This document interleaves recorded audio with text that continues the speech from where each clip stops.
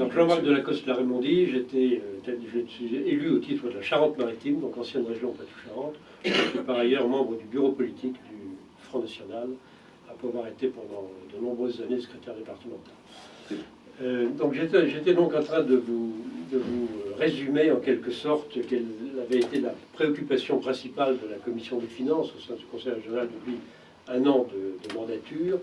Évidemment, l'essentiel a été occupé par l'analyse des conséquences de la gestion calamiteuse de Mme Royal et de M. Macaire de l'ancienne région Poitou-Charentes, dont le président Rousset s'est aperçu très vite, dès le début de la mandature, qu'il fallait prendre des mesures draconiennes. Ça a commencé, il avait commencé à prendre des mesures qui s'imposaient avec l'éviction du directeur général des finances, du directeur général des services, etc.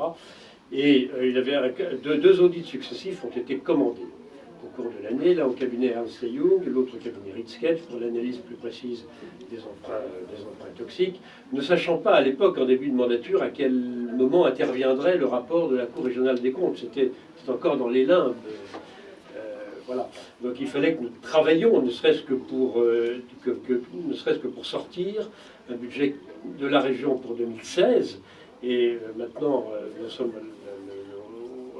à la préparation du budget collectif 2017, mais il nous fallait bien évidemment y voir clair dans les conséquences financières de la gestion de Poitou-Charentes, qui ne manqueront pas d'impacter certainement lourdement l'élaboration du budget primitif 2017. Alors, bien évidemment, les deux rapports successifs d'audit que nous ne considérions pas comme de véritables audits parce qu'ils n'allaient pas au fond des choses, les avaient déjà laissé entrevoir au cours de l'année des éléments plus que douteux de cette gestion de l'ancien exécutif de Poitou-Charentes, confirmé, donc, je vais vite là, confirmé par le rapport de la Cour régionale des comptes qui nous est parvenu le mois dernier, enfin quelques jours avant la séance plénière du mois de décembre. Quelles sont les conclusions? En deux mots. D'abord, on s'aperçoit avec ahurissement, je pense que c'est vraiment le terme, on était tous stupéfaits de voir à quel point le département des finances de l'ancienne région Poitou-Charentes travaillait quasiment en électron libre. Pas du tout sous l'autorité, contrairement à ce qui aurait dû être la règle élémentaire de tout exécutif. Demander au président Rousset s'il laissera carte blanche au service des finances pour tout faire dans les finances dans la gestion des finances de la région Aquitaine. C'est évidemment impossible. Quelles ont été les conclusions confirmées donc par la Cour régionale des comptes? C'est que le service des finances travaillait donc en électron libre. C'est-à-dire que, par exemple, toute la série d'emprunts, et notamment les emprunts toxiques qui font l'objet d'une analyse très très spécifique, ont été illégalement signés par les fonctionnaires de l'ancienne région Poitou-Charentes. Illégalement, ça veut dire que c'était le directeur général des finances qui a signé ces contrats d'emprunt, ne disposant d'aucune délégation et d'aucune donc délibération de la collectivité. Donc on est dans l'illégalité la plus totale. Qu'en conclut la Cour régionale des comptes? Que néanmoins, on ne peut pas considérer que les comptes sont insincères. Alors, était insincère. C'est là-dessus que nous, au Front National, nous démarquons, en quelque sorte, des autres groupes politiques, bien que sur la ligne générale, nous étions en phase, si vous voulez. Mais là, sur ce point-là, nous nous démarquons. Tout le monde a suivi, avait déclaré d'ailleurs qu'on suivrait l'avis de la Cour régionale des comptes. Nous ne nous résolvons pas à considérer que les comptes de l'ancienne région Poitou-Charentes étaient sincères, comme on dit, au sens où on l'entend dans le droit des finances publiques.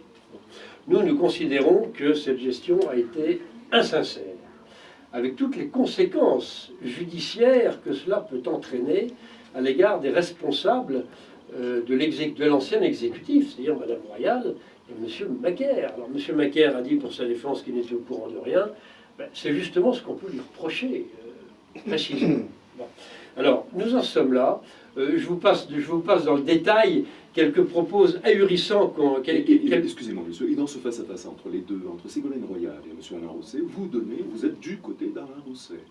Nous l'avons soutenu depuis le début dans cette démarche qui consistait à rechercher la vérité dans les comptes de l'ancienne région Poitou-Charentes. Et nous l'avons soutenu jusqu'au bout. C'était une démarche honnête. D'ailleurs, à l'instar de nos collègues.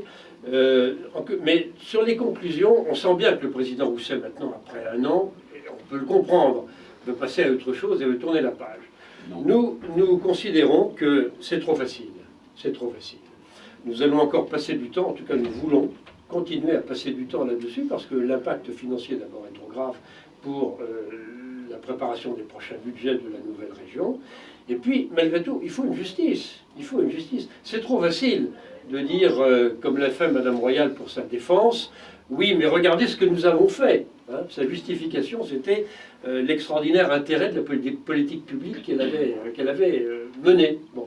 Donc, quand on n'a pas d'argent, on fait attention. Voilà. Et vous avez, le journal Sud-Ouest a souligné, d'ailleurs j'ai vu dans son numéro de samedi, l'extraordinaire échec de la voiture électrique, notamment, dont on s'aperçoit les quelques exemplaires qui restent sont vendus aux enchères. Les particuliers, les pauvres particuliers qui s'étaient embarqués dans cette galère ne savent plus quoi faire, etc., de leur véhicule. Bon, tout ça, c'était donc des politiques publiques qui défiaient l'entendement, Alors évidemment, énorme gaspillage. Voilà.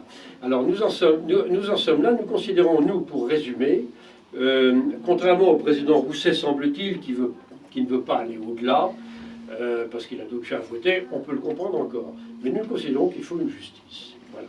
Alors je ne veux pas anticiper sur les conséquences judiciaires que cette caractérisation de l'insincérité des comptes peut entraîner, mais nous y réfléchissons particulièrement, et notamment pour l'analyse des emprunts dits toxiques qui pèsent très lourdement, qui vont peser très lourdement, dont la gestion par le président Rousset et les services de la région est en cours, dans le cadre d'une stratégie de défaisance, comme on dit. Mais voilà, nous considérons qu'il y a des sanctions à prendre, et nous regardons notamment quelles peuvent être les conséquences judiciaire de la signature de ces emprunts en toute illégalité. Voilà. C'est ce point qui nous paraît important, parce qu'on ne peut pas laisser impuni des actions importantes de ce type, engagées par l'ancien exécutif, à son insu, semble-t-il, puisque c'était la défense de M. Macaire, mais tout ça est extravagant. Voilà. C'est totalement extravagant. Donc nous n'en resterons pas là. Merci.